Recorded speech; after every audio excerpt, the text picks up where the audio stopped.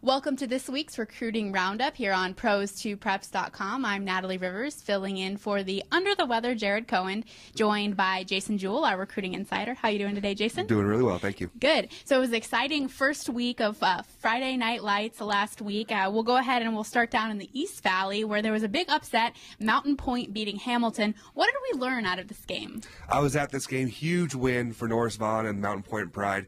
What I liked about Mountain Point was Norris Vaughn was able to rotate his stud defense and offensive linemen, Kenny Lacey and Natrell Curtis, help them control the trenches. You know, talking about those two, Natrell is only a junior, has like double-digit offers already, and he played very, very well on both sides of the ball.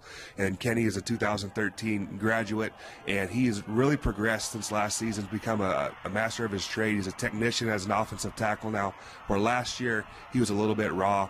You look at Kenny, 6'5", 275 pounds, getting heavily recruited, and it looks like UCLA, Nebraska, and Arkansas will end up being his top three.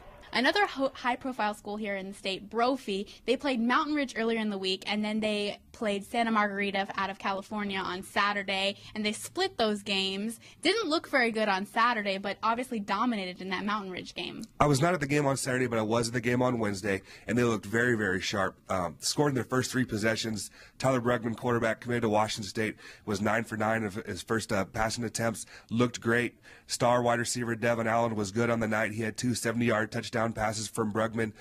Looked very, very good offensively. Then they turned around and you have played a team that's considered one of the top 5 teams in the entire nation and struggled a little bit. You know, it's tough to turn around and play a game on a Wednesday and then play a game on a Saturday. I've never heard of a high school team being able to do that before. Challenging for them. They'll look to bounce back this week. We'll go ahead and we'll move now to things happening this week. One of the big games that we talked about was Marco Sinisa is going to play Chaparral. Chaparral obviously coming off a loss, a stunner probably to Sal Point, as Chaparral continues to dominate. Obviously, new system there. Marco Sinisa, huge win over Notre Dame last week. What are we going to expect out of this matchup?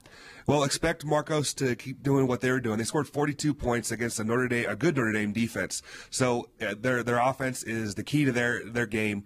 Although their defense did pitch a shutout, against Notre Dame. But they have athletes running all over the field. The number 1 recruit in the entire state, in Priest Willis, played some offense on Friday, which he had not done in the past. But other guys, Josh Eckley, the new quarterback, filling in for Tommy Thornton, who's now at Wyoming, performed very, very well. And then star wide receiver Paul Elvira and Maurice Lee, the running back, both committed to U of A, both did very well. And then Chaparral doesn't want to go 0-2. I don't know the last time the Firebirds have been 0-2. They come off 3 straight state championships. So we'll see if they can bounce back. Yeah, well, obviously the changing the guard maybe needs to practice a little harder this week, as they're going to have a tough opponent this Friday night. And then the other game that caught our eye was out on the west side. Centennial is taking on Millennium. What do we expect out of this game? This is the game that I'll be at this week out at Centennial. They're the number 1 ranked team in Division II. Bunch of star players. Running back Jalen Ortiz has a bunch of offers. Arkansas, Boise State, both in-state schools, Washington, all over him. And then their defensive end, Marcus Ferrier, has already committed to the University of Washington. But they're a team that has a great offensive line led by seniors Hayden Johnson and Spencer Nathy. Both have offers from Air Force. So I expect the Coyotes to try to ground and pound the ground and run the ball with Ortiz. Millennium had a big win last week against Fairfax. They're led by their defensive tackle, Gabe Hughes, about 6'1", 295 pounds, so he'll be going against those offensive linemen and trying to stop the run. Yeah, so that should be an exciting game out on the west side this week, and obviously you'll be there, and we'll be covering games here on pros2preps.com. So make sure every week you check out Pros2Preps here on the site for the Recruiting Roundup. Thanks so much, Jason, for joining us this week, and we'll look for your expertise again next week as we continue to be your source for high school football recruiting. Thanks for joining us.